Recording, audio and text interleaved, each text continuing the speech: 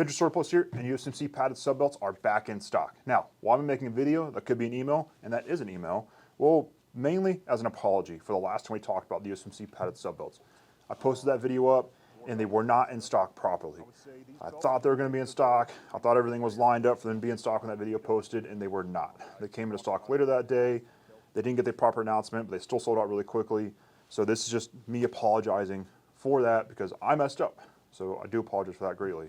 We have a good stock of these right now, so that way if you want to go grab one, you've been waiting on it, you can go grab one right now, and they are ready to go. Coming from that point of stocking, out of stock, the video we posted about 2 weeks ago now on the U.S. Army Close Combat belts, those sold out very, very quickly. And we appreciate that response, we appreciate that support, we appreciate you going and watching that video and grabbing that gear we talked about. We had a much, much greater than anticipated response to that video. Don't know what happened, but a lot of people came watch that video and a lot of people hit that button to go buy one, and they sold out very quickly. That's just something we're seeing happening a lot now, and we're adjusting our stock levels when we release something through video or something like this, so that way there is going to be, you know, a better stock for people when they want to go buy what we're talking about. Really appreciate that support though. We do apologize for selling out so quickly, but we're also pretty happy that y'all had the response you had. But we do have a pretty heavy stock of these ones, like I said, so if you have been waiting on a sub belt, go grab it. If you're watching this a few days from now and they're out of stock, a week or two from now, they're out of stock, hit that button down below, go to listing, hit that notify me button, and that way you'll know as soon as they restock and you can grab one right away and you don't gotta wait on a video. But while you're over there, sign up for every other email as well, because we post about restock, new stock, coupons, sales, everything in between on a near daily basis. I'm gonna send an email out to you that you can go through and get the gear you want or take a closer look at the gear you're looking at. But yeah, so enough about that. I do apologize. We're trying to work our way into having better stock. We're just getting a lot better response than we used to, and we appreciate that. And we're just trying to adapt and be better. So that was point one. Let's move into point two. So this next point in the meat and potatoes of this video, and why you might have clicked on this video because of the thumbnail or caption, wherever I put it, or the title, is talking about how the comments always go on videos like these covering belts and belt kits and anything with a belt that has suspenders and anything in between there. And I had a lot of comments like this on the Close Combat belt we posted 2 weeks ago. Had some of them on the sub belt video we posted a while back, and just other belt videos we posted. Anytime I really post a belt kit on Instagram or X or anywhere else, see it talked about elsewhere, is the comments tend to lean towards, or they get filled with people that are commenting about the world is a circle, reinventing the wheel, my Alice gear, my 782 gear, my LBE, my LBV, my Linko, whatever it is. And it just tends to drive people coming from, I think, are two directions where they see that, yeah, the world is a bit of a circle and gear only can go so far. We have chest rigs, we have MOLLE, we have plate carriers, we have body armor today. Belts are always going to look fairly similar. It's not Alice though. This isn't Alice gear. Alice gear was replaced, and it was replaced for a reason. It was outdated because they found better solutions for mounting and carrying your kit, which is MOLLE. MOLLE webbing, PALS webbing, whatever you want to call it, replaced Alice for a good reason. So I think some people are just coming from the direction where they see that the form and function, overall style and appearance is very similar to old gear, and like, how, yeah, like back in the 90s and 80s when I was in, we were doing this, and you know, I know what I'm talking about. Cool, yeah, agree. And then there's other direction, I think is hopefully a small percentage of those people, but I do believe there's enough people coming out from the direction of, they see it, it's very similar to Alice gear in overall appearance, and they're like, well, that just means my Alice gear is still good to go. I can still use my 40-year-old kit, my OD green nylon and webbing, and that's still kit that I can use in a real life situation. Now I don't want to go too far down the rabbit hole as far as that, but in the prepared civilian mindset, prepared citizen mindset that I'm trying to come from with a lot of things when I talk about kit, is that gear is outdated, it's been outdated, and it's no longer viable in 2025. If you're using Alice gear, you still think Alice gear is the way to go. Hopefully right now and through the rest of this video, when I go over this setup that's based on Alice gear, you can see that, yeah, the overall form and style of your gear may be okay, but it's outdated and you can do a lot better with modern gear. So hopefully I got that point across well. But yeah, let's break into the inspiration for this kit, where it comes from, and then break it down so you can see that your Alice gear, overall form and function, Yeah, it might still be viable, but the ALICE gear itself is outdated, and you should update if you're going to use this in any sort of situation beyond just running around the woods, or you want kit to go with your M16A2 when you go to the range. Hey guys, thanks for watching this video. Make sure to leave a comment below what you think of this one and what you want to see in the future. That way we know we're getting the best content for you out there. So leave some comments below, give us some feedback on what you'd like to see and what you'd like to see done better as well. While you're watching, or once you're done watching, head over to the website, use coupon code Minuteman for 10% off your next order. More details about that below in the caption. But otherwise, let's get back to the video. So coming from the ALICE inspiration for this kit, I actually went further back than ALICE. I'm talking about M56 gear, so pre-67, pre-72, pre-ALICE, pre-Linko, pre all the kind of fancy stuff you may think ALICE does and is, earlier than that, and taking inspiration from McAfee SOG in the early days of the Vietnam War. I'm taking inspiration from them because they're using standard issue gear and doing crazy things with it. They were using things like canteen pouches and M56 universal magazine pouches, and then later on in the war, they would take, you know, the early versions of the ALICE kind of triple mag pouches for the M16 and all that, and they were just filling them full of everything they possibly could and doing crazy things with them, especially in the early days when they were going out and they were shoving 5 to 6 magazines in a canteen pouch and carrying a whole belt of canteen pouches with magazines, grenades, canteens, and then the early, you know, medic IFAC pouches on the back of their kit. So they were doing crazy things with standard issue gear because there was no specialized nylon back then, which is a point I want to make, and what really kind of follows through in this kit that I have as an example is no specialized nylon. It's all standard issue. It's all kit you could get more of if you're in the Army, if you went through the right channels, Marine Corps went through the right channels. You could get a ton of it and put it on your belt and get maximum effect through slight modifications of those pouches and just repurposing them beyond what they were intended for. So that's the inspiration for this kit. Hopefully that covers that well.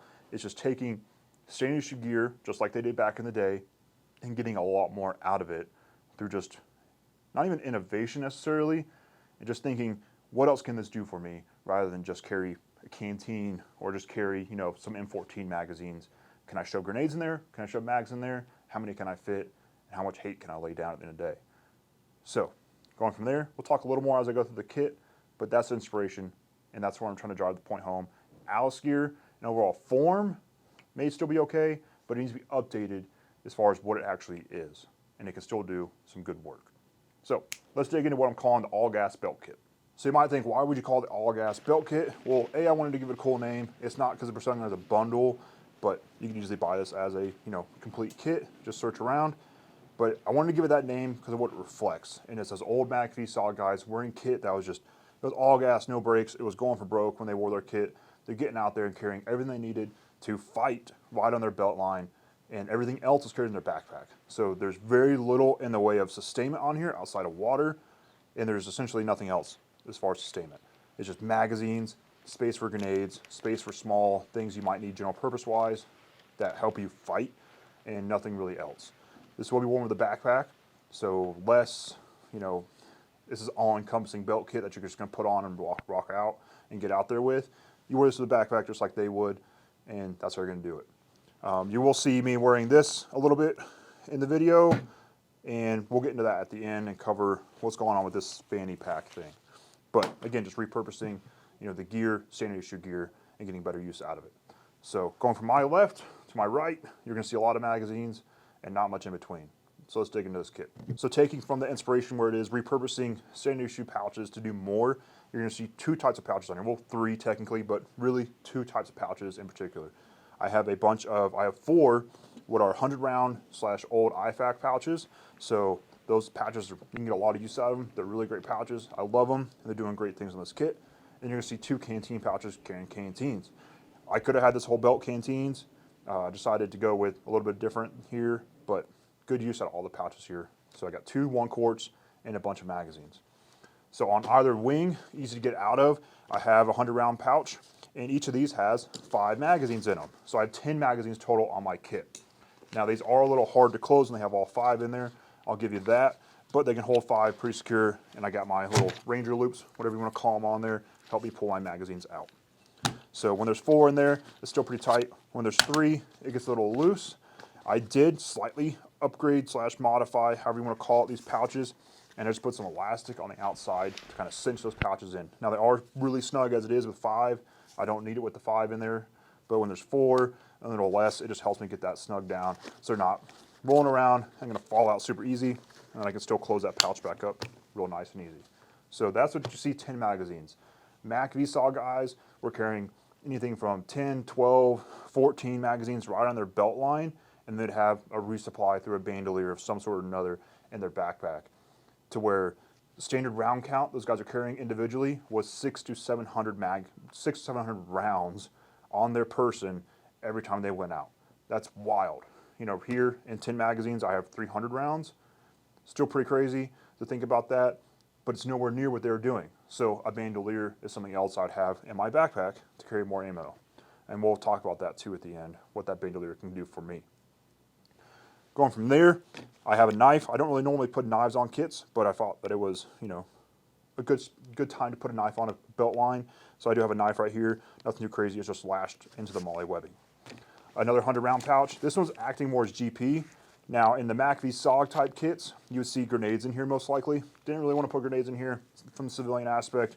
Grenades aren't really a thing, but GP is a thing. So headlamp, marking material, some 550 cord, all shoved in here. Marking material is definitely something you're going to see, you know, Mac v SOG kits. So thought that it was apt to put it in here. VS17 panels, some 550 cord, a multi-tool shoved in here as well, because you never know when you're going to need that. And then, just like them, bandana cravats for all sorts of uses. So that 100-round pouch is acting more GP space in the Mac v SOG inspiration. This would be shoved full of grenades. So going from there, I have some canteen pouches. So these canteen pouches each carrying a 1 quart, and one of them I do have a canteen cup and canteen cup stove, so that way there's a little bit of survival / sustainment going on with these. Nothing too crazy.